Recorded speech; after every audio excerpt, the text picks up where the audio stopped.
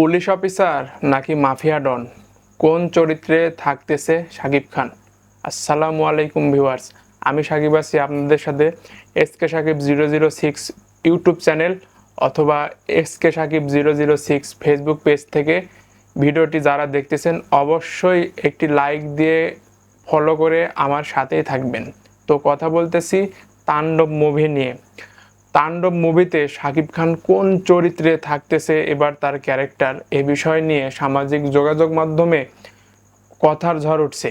তো আজকে আমি আপনাদেরকে একটা ক্লিয়ার বিশ্লেষণ দেব, সেটি হচ্ছে শাকিব খানের যে তাণ্ডব মুভির যে ফার্স্ট লুক পোস্টারটি রায়হান রাফি লঞ্চ করছে, সে পোস্টারে শাকিব খান একটি দুর্দর্শ মাফিয়া হিসাবে হাতে রক্তমাখা গায়ে এরকম একটা চরিত্র ক্যারেক্টার দিয়ে কিন্তু তার পিকচারটি কিন্তু ছাড়া হয়েছে। এতে একটা জিনিস আমি 99% ক্লিয়ার যে শাকিব খান পুলিশ অফিসার চরিত্রে তাণ্ডব মুভিতে থাকছে না, সে মাফিয়া ডন হিসেবে থাকতেছে।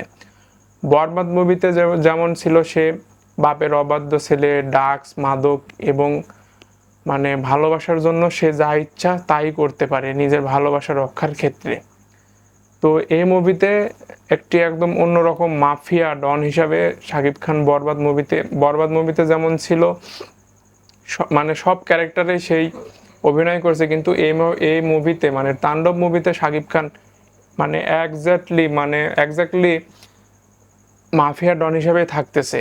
তো ছবির বোম্বে থেকে অনেক বড় বড় মানে মানে বোম্বে থেকে বড় বড় সব অ্যাকশন ডিরেক্টর নিয়ে আসছে রায়হান রাফি, এবং এবার তাণ্ডব মুভির অ্যাকশন অন্যরকম একটা বাংলা সিনেমায় ইতিহাস গড়বে আমার মনে হয়। বরবাদ মুভি যেরকম অন্যরকম একটা অ্যাকশন ছিল, এই মুভিতে আরও বড় কিছু ধামাকা থাকতেছে, এটা আপনারা